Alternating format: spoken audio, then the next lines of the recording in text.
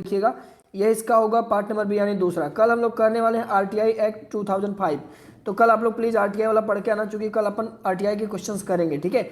और अगर आगे चल के भविष्य में फिर से हमको ऐसा लगता है वन्यजीव संरक्षण पर एक दो वीडियो डालने की जरूरत है तो उस पर डाली जाएगी, ओके। डायरेक्टली आप लोग प्लेलिस्ट को जरूर देखते रहिए, प्लेलिस्ट में क्वेश्चंस पढ़ते रहते हैं, ओके। चलिए आइए पहला क्वेश्चन देख लेते हैं। वन्यजीव संरक्षण अधिनियम 1972 की धारा 28 के तहत मुख्य वन्य जीव संरक्षण अधिकारी होते हैं वन में, निम्नलिखित में से किस प्रयोजन के लिए वन्य जीव अभ्यारण्य में प्रवेश की अनुमति दे सकते हैं। मतलब क्वेश्चन ये कह रहा है कि जो वन में वन्य जीव संरक्षक अधिकारी होते हैं वो जो संरक्षण के अधिनियम धारा 28 के तहत किस प्रकार के व्यक्ति को वहां पर वन्य जीव मतलब अभ्यारण्य में घुसने की अनुमति दे सकते हैं। देखिए, अगर वो व्यक्ति वैज्ञानिक अनुसंधान के लिए जाएगा तो ऐसे व्यक्ति को अंदर जाने की अनुमति दे देते हैं। अगर पर्यटन के उद्देश्य से आया हुआ है तो जाने देंगे। फोटो चित्रण करना चाह रहा है तो भी वन्य जीव अभ्यारण्य में जाने की अनुमति दे सकते हैं सेक्शन नंबर 28 के तहत, ठीक है, याद रखिएगा। तो उपयुक्त तो सभी सही है, आपका जवाब होगा चौथा वाला आंसर इसमें राइट आंसर, ओके। चलिए मित्रों, कुछ पॉइंट है जिन्हें आपको स्क्रीनशॉट करनी है और ये पॉइंट है, अगर आप हमारे साथ नोट्स बना रहे हैं तो स्क्रीनशॉट करिए, नहीं तो कोई मतलब है नहीं है इसका, ठीक है।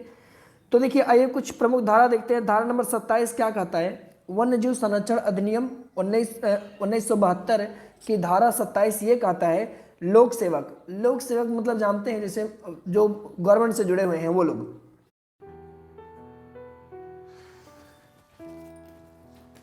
साले मुख्य वन्यजीव संरक्षक, ये तो वन्यजीव का अधिकारी होता है, या फिर कोई प्राधिकृत अधिकारी को छोड़ करके अन्य का प्रवेश वर्जित होगा। मतलब कि अन्य कोई लोग वन्यजीव अभ्यारण्य में एंट्री नहीं कर सकते हैं। कौन से आर्टिकल के तहत? आर्टिकल 27 के तहत ऐसा किया जाता है। लेकिन अभी आपने ऊपर पढ़ा कि वहां का धारा 28 कहता है कि अगर कोई व्यक्ति वैज्ञानिक अनुसंधान से जुड़ा हो तो भी जा सकता है, पर्यटन के लिए हो तो भी जा सकता है, फोटो चित्रण के लिए भी जा सकता है, तो इस पॉइंट को भी याद रखिएगा।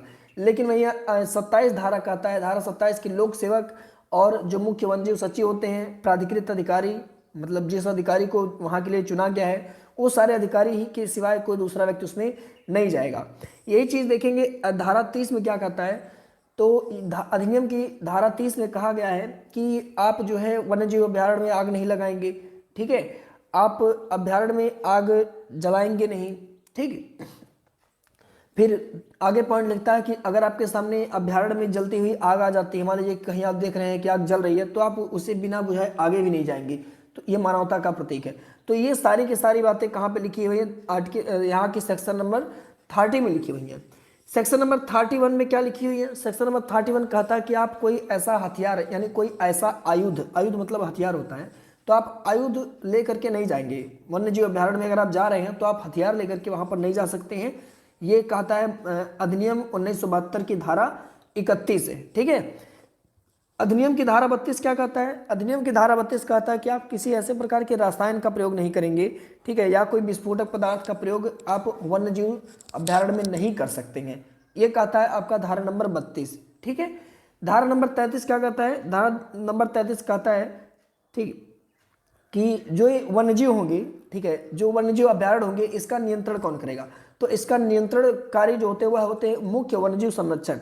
ये मुख्य वन्यजीव संरक्षक जो होते हैं वो अभ्यारण्यों का नियंत्रण व प्रबंधन करते हैं। तो इतना पॉइंट आपको मित्रों यहाँ से याद रखना होगा।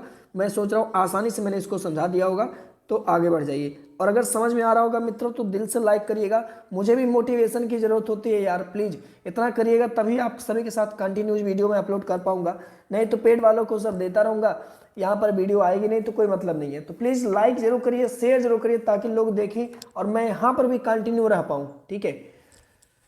ये मोबाइल पर उंगलियां ही घिसते रहोगे या जिंदगी में कुछ करने का भी सोचा है?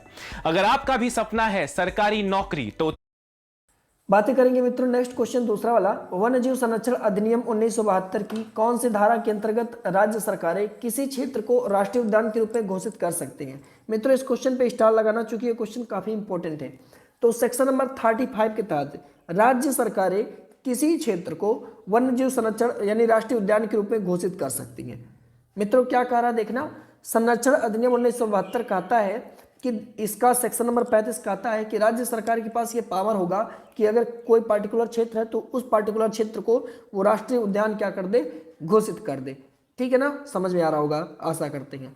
यहीं पर अगर हम लोग बातें करेंगे धारा नंबर 38 की, तो मित्रों धारा नंबर 38 ये केंद्र सरकार को पावर देता है। आपने देखा है जो 35 है वह राज्य सरकार को ये चीज पावर दिया है, और यही पावर जो है केंद्र सरकार को किसके अकॉर्डिंग मिला है, तो सेक्शन नंबर 38 के अकॉर्डिंग केंद्र सरकार को ये पावर दिया गया है कि किसी भी क्षेत्र को वो अभयारण्य घोषित कर सकता है। ठीक है, यहीं पर अगर हम लोग बातें करेंगे मित्रों 39 की, तो सेक्शन 39 जो होता है वो कहता है कि जो भी वन्यजीव प्राणी है वो सभी सरकार की संपत्ति है। तो 39 क्या कहता है मित्रों, 39 कहता है कि जो भी वन्यजीव है, जैसे जितने भी जानवर वगैरह हैं ये सब कुछ, चाहे जिंदा हो चाहे मृत हो, वो सभी के सभी किसकी संपत्ति माने जाएंगे, वो सभी के सभी गवर्नमेंट यानी सरकार की संपत्ति माने जाएंगे। ठीक है मित्रों, एक प्रश्न और आपको याद रखना होगा, धारा 38 क में क्या कहा गया है, धारा 38 क में कहा गया है कि जो सरकार होगा वो केंद्रीय चिड़ियाघर प्राधिकरण का गठन करेगा।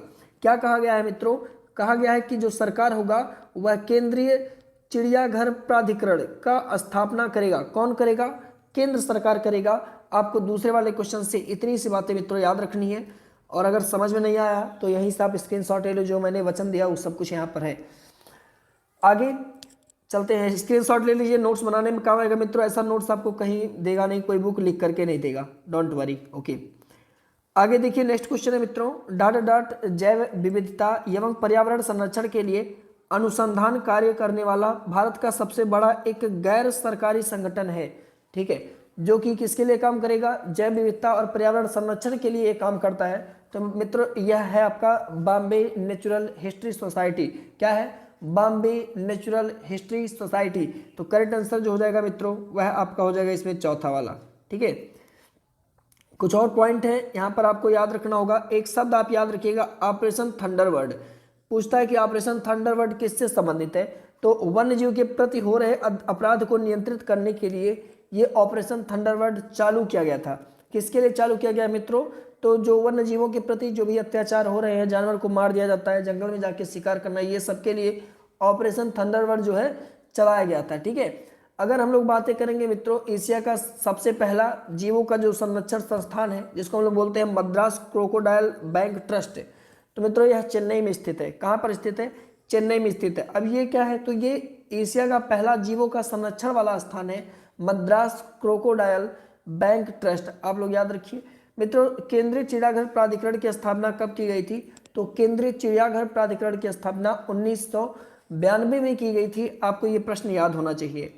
आगे देखिए नेक्स्ट क्वेश्चन करते हैं। मित्रों क्वेश्चन कह रहा कि निम्नलिखित में से कौन सी परियोजना वर्ष 1972 में शुरू की गई थी, तो याद रखिएगा गिर सिंह परियोजना। जो ये गिर सिंह परियोजना है मित्रों, गिर सिंह परियोजना, बी वाला आंसर सही हो जाएगा। यह आपका 1972 में चालू किया गया था। गिर आप लोग जानते हैं, गिर राष्ट्रीय उद्यान यह गुजरात सरकार है, तो ऑब्वियसली जाहिर सी बात है यह परियोजना गुजरात सरकार ने चालू की गई थी। और अगर हम बात करें गिर राष्ट्रीय उद्यान की, जो कि गुजरात में है, वह एशियाई सिंह के लिए फेमस है, प्रसिद्ध है, आप सभी लोग जानते हैं। मित्रों आपको एक लंबा चार्ट का स्क्रीनशॉट लेना है, ये वाला चार्ट है। इस वाले चार्ट में कुछ प्रोजेक्ट लिखे हुए हैं, और वो प्रोजेक्ट किस वर्ष लागू किया गया था, इंपॉर्टेंट प्रोजेक्ट है, इसको हमने लिख दिया है। ठीक है, सबसे पहला प्रोजेक्ट है मित्रों हांगुल परियोजना, ये आपका 1970 से में इसकी स्थापना हुई। फिर बात करेंगे गिर सिंह परियोजना 1972, प्रोजेक्ट टाइगर ये वाला काफ़ी इंपॉर्टेंट है 1973, कछुआ संरक्षण अधिनियम ये भी इंपॉर्टेंट है 1975, घड़ियाल प्रजनन परियोजना, ठीक है, मणिपुर थामिनी परियोजना 1977, गंडा परियोजना 1987, ठीक है, हाथी परियोजना 1992, लाल पांडा परियोजना 1996, फिर भालू परियोजना 2002, व्हेल शार्क संरक्षण परियोजना ये 2004 में, गिद्ध संरक्षण परियोजना 2006, हिम तेंदुआ परियोजना 2009, फिर गोडायन परियोजना यह आपका 2013। तो मित्रों इस तरह से आपको इसको याद रखना होगा, याद रखना ही पड़ेगा तभी एग्जाम निकल पाएगा मित्रों, नहीं तो फिर दिक्कत हो जाएगा, क्योंकि सब लोग को ज़्यादा याद रहेगा, आपको नहीं याद रहेगा तो कैसे काम चलेगा। तो इसका स्क्रीनशॉट ले लीजिए प्लीज। आगे चलिए मित्रों, नेक्स्ट क्वेश्चन है, देखिए क्वेश्चन कह रहा है कि अनुसूचित जनजाति और अन्य पारंपरिक वन निवासी वन अधिकारों की मान्यता अधिनियम 2006 के संदर्भ में निम्नलिखित में से कौन सा या से कथन सही है। ठीक, देखिए जो ये क्वेश्चन कह रहा है वो कह रहा है कि अनुसूचित जनजाति और अन्य पारंपरिक वन निवासी अधिनियम 2006 के बारे में आपको बताना है। और पहला पॉइंट कह रहा है कि अधिनियम का उद्देश्य था उन वन निवासियों के अधिकार और कब्जे को सुनिश्चित करना जो कई पीढ़ियों से जंगल में निवास कर रहे हैं। जैसे कुछ ऐसे होते हैं जनजाति जो कि जंगल में रहते हैं, ठीक है। तो कह रहा है इस अधिनियम के तहत ये कहा गया कि जो लोग कई सालों से जंगल में रह रहे हैं, ठीक है, कई वर्षों से जंगल में रह रहे हैं, तो उनको वहाँ की ज़मीनों पर उनको कोई लीगली कोई अधिकार नहीं दिया गया है, या उनका है ये क्षेत्र, ऐसा नहीं किया गया, मतलब उनका वहाँ पर कोई अधिकार नहीं है, चाहे जो निकाल जा सकते हैं। तो ये इस अधिनियम के तहत ये सुनिश्चित किया गया कि वहाँ के जो लोग हैं, जो निवासी लोग हैं, उनको उस क्षेत्र में जहाँ पे वो रह रहे हैं उसका मालिक बनाया जाए, स्वामित्व उनको बनाया जाए। पहली पॉइंट बिल्कुल सही मित्रों, ये करने की कोशिश की गई। दूसरा चीज़ है, यह अधिनियम वन वासियों को आजीविका के लिए स्वयं कृषि या निवास के लिए वन संसाधन पर उनके नियंत्रण को अधिकार भी देता है। मतलब कि उनको खेती भी मुहैया कराएगा, उनके रहने के लिए भी इस अधिनियम के तहत वो निवास कर सकते हैं। तो मित्रों अधिनियम में तो ये दोनों बातें थी, ठीक है, एक बात ये दोनों आपकी सही हैं। सही जवाब आपका हो जाएगा, वह हो जाएगा तीसरा, ठीक है। हालांकि उच्चतम न्यायालय के 21 में 2019 के 21 में इस चीज़ को किया गया कि इनका जो ये अधिकार है उसे निरस्त कर दिया गया, निलंबित किया गया है। पर अपने लिए ये दोनों पॉइंट इंपॉर्टेंट है, अपने को इतना चीज़ें याद रखना है। ओके, चलिए आइए देखते हैं मित्रों, कुछ पॉइंट हैं आपको याद रखना है, इसे स्क्रीनशॉट आप ले लीजिए। वन्य जीव अधिनियम 1972 की धारा 65 क्या कहता है? इसके अंतर्गत अनुसूचित जनजातियों के अधिकारों के संरक्षण का प्रावधान है। तो अगर हम बातें करेंगे ये हमारे अधिनियम से कैसे संबंधित है, तो हमारे अधिनियम की धारा 65, ठीक है, मतलब वन्यजीव संरक्षण अधिनियम की धारा 65 के तहत जो अनुसूचित जनजातियां होती है इनके अधिकारों के संरक्षण की बात की गई थी, ठीक है। भारत सरकार के द्वारा 1980 में एक अधिनियम पारित किया गया था, वन अधिनियम 1980 पारित किया गया था, आपको इसे याद रखना होगा, ठीक है। देखिए इस अधिनियम में एक पॉइंट कहा गया था जो कि वन संरक्षण अधिनियम 1980 के नाम से जाना गया। इस अधिनियम के तहत सरकार की अनुमति के बिना किसी भी भूमि को आप कृषि भूमि के योग्य में परिवर्तित नहीं कर सकते। अगर क्वेश्चन इस तरह से पूछे कि किस अधिनियम के तहत ऐसा कहा गया कि अगर कोई भी वन भूमि है, कोई भी क्षेत्र है और आप उस किसी क्षेत्र में बनाना चाहते हैं तो आप नहीं बना सकते, तो आप बताएंगे वन संरक्षण अधिनियम 1980 के तहत ऐसा कानून बनाया गया है, ठीक है मित्रों। आगे देखिए नेक्स्ट क्वेश्चन, आगे ये क्वेश्चन इंपॉर्टेंट है, बी रिमेंबर। निम्नलिखित में से कौन सा प्राणी पशुधन की श्रेणी में नहीं आता है?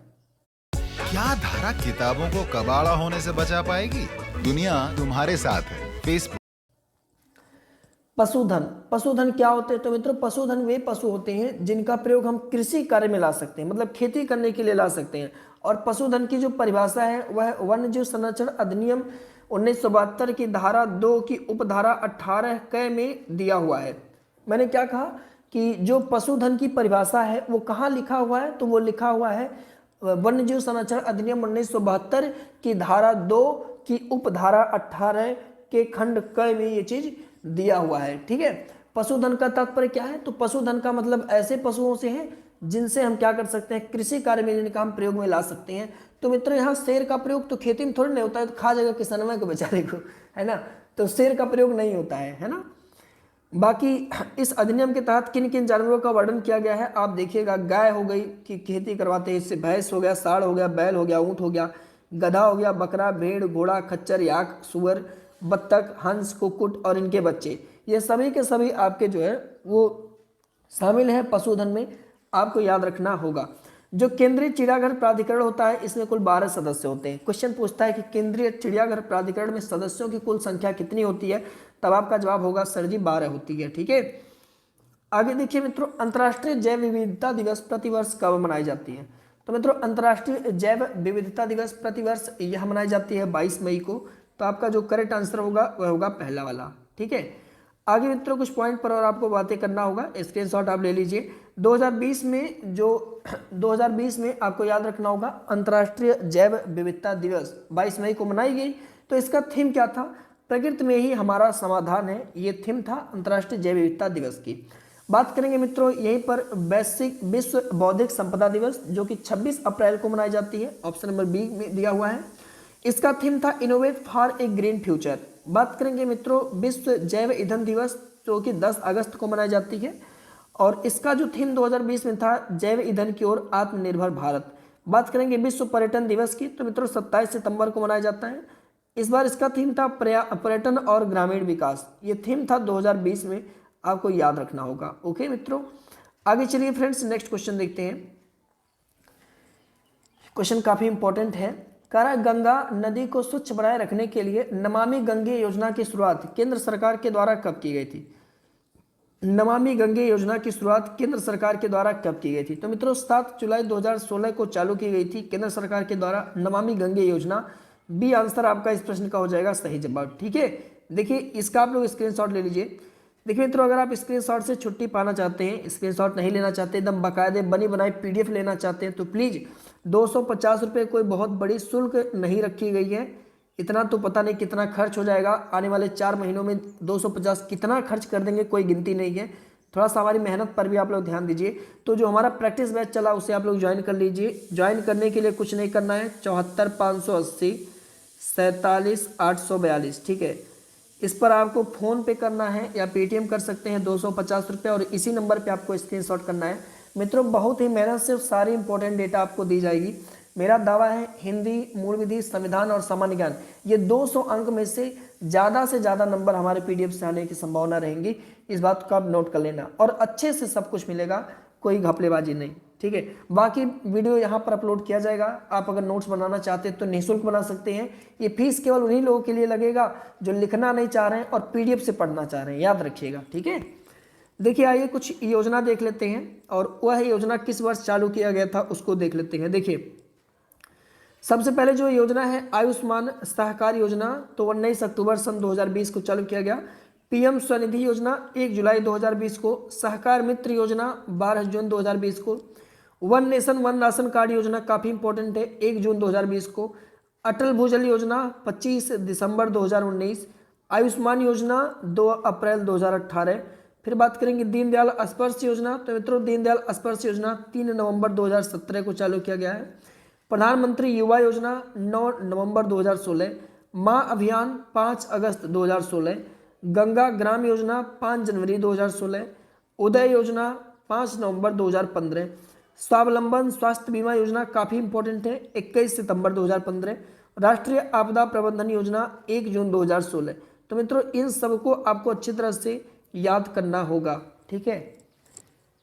आइए मित्रों अगला प्रश्न देखते हैं। नेक्स्ट क्वेश्चन है, क्या करा देखिएगा, जलवायु परिवर्तन प्रदर्शन सूचकांक जारी किया जाता है, यानी किसके द्वारा जारी किया जाता है? तो मित्रों यह जर्मन वाच के द्वारा जारी किया जाता है। जो प्रश्न का उत्तर हमारे होगा वह तीसरा हो जाएगा, जर्मन वाच, ठीक है। अगर हम बातें करेंगे जलवायु परिवर्तन प्रदर्शन सूचकांक 2020 में, तो मित्रों 2020 में शीर्ष स्थान पर जो था वह था आपका स्वीडन शीर्ष स्थान पर था। अगर हम भारत की बात करेंगे तो मित्रों भारत का स्थान 9वां था। और ये प्रदर्शन सूचकांक किसके द्वारा जारी किया गया? तो ये जर्मन वाच के द्वारा जारी किया गया। तो इस तीनों पॉइंट को आपको इसके संदर्भ में याद रखना होगा, हालांकि आप स्क्रीनशॉट यहाँ पर ले सकते हैं। आगे और आज के सेशन का आखिरी प्रश्न होगा मित्रों, प्रश्न की काउंटिंग ना करिए, कितने सारे डेटा है उसमें मैं बताता हूँ, इसको आप लोग देखा करिए। प्रश्न की काउंटिंग करेंगे तो फिर सिलेक्शन बुरा मान जाएगा। तो प्लीज़ प्रश्न मत गिनिए, सिर्फ देखिए कितनी सारी बातें मैं आपको एक ही वीडियो में बता देता हूँ। देखिए नामदफा उड़न गिलहरी, ये नामदफा उसमें पाई जाती है, ठीक है, राष्ट्रीय उद्यान है आप जानते हैं। तो नामदफा उड़न गिलहरी IUCN श्रेणी की गंभीर संकटग्रस्त श्रेणी में शामिल हो गई है, ठीक है। और कह रहा है इसका निवास स्थान कहाँ पे है? तो मित्रों नामदफा राष्ट्रीय उद्यान यह अरुणाचल प्रदेश में है। तो आपका जो सही जवाब हो जाएगा वह बी वाला आंसर सही होगा। जो यहाँ पर सबसे इंपॉर्टेंट गिलहरी पाई जाती है वह नामदफा उड़न गिलहरी, इसी की वजह से वो नामदफा राष्ट्रीय उद्यान पड़ा हुआ है, ठीक है। ये कहाँ पर आ गई? तो IUCN की गंभीर संकट श्रेणी में शामिल हो गई है। अब मित्रों ये पॉइंट आपको यहाँ पर स्क्रीनशॉट लेनी होगी। हो सकता है ऊपर का पहला जो पॉइंट है ये हमसे पूछ ले कि IUCN international union for conservation of nature, जो IUCN होता है इसकी स्थापना कब की गई है? तो हम बताएंगे 1948 में। और अगर हमसे पूछे इसका मुख्यालय तो हम बताएंगे इसको स्विट्जरलैंड में। इसके गठन का उद्देश्य क्या था? क्यों गठन किया गया था IUCN? तो इसलिए किया गया था तो कि पारिस्थितिकी संकट का अध्ययन करेगा और उन पर सुझाव देगा, ठीक है। इसी के द्वारा मित्रों रेड डाटा बुक जारी किया जाता है। ये मोस्ट इंपॉर्टेंट है। क्वेश्चन पूछता है कि रेड डाटा बुक कौन जारी करता है? तो मित्रों रेड डाटा बुक यह आपका IUCN जारी करता है। एक कछुआ जिसका नाम है ऑलिव रिडले कछुआ, तो ऑलिव रिडले कछुआ IUCN की सुभेद्य सूची में मित्रों शामिल है। जो ये ऑलिव रिडले कछुआ होता है वो शीतकाल के दौरान में उड़ीसा के तट पर इतने ज़्यादा मात्रा में आते हैं कि लोग सनक जाते हैं उसको देख करके, कितना कछुआ कैसे आ गया अचानक में। तो ऑलिव रिडले कछुआ कब भारत में आते हैं? भारत में प्रवास करते हैं और शीतकाल के दौरान प्रवास करते हैं। किसके तट पर प्रवास करते हैं? तो आप कहेंगे सर उड़ीसा के तट पर प्रवास करते हैं। ठीक है, तो मित्रों ये आज के इंपॉर्टेंट क्वेश्चन थे। मैं कह रहा हूँ कल आप लोग करके आएंगे किसको? RTI एक्ट 2005 के क्वेश्चन को, और हम लोग कल RTI एक्ट 2005 के क्वेश्चंस करने की पूरी कोशिश करेंगे। अभी के लिए इतना ही मित्रों, लाइक जरूर करिएगा। धन्यवाद।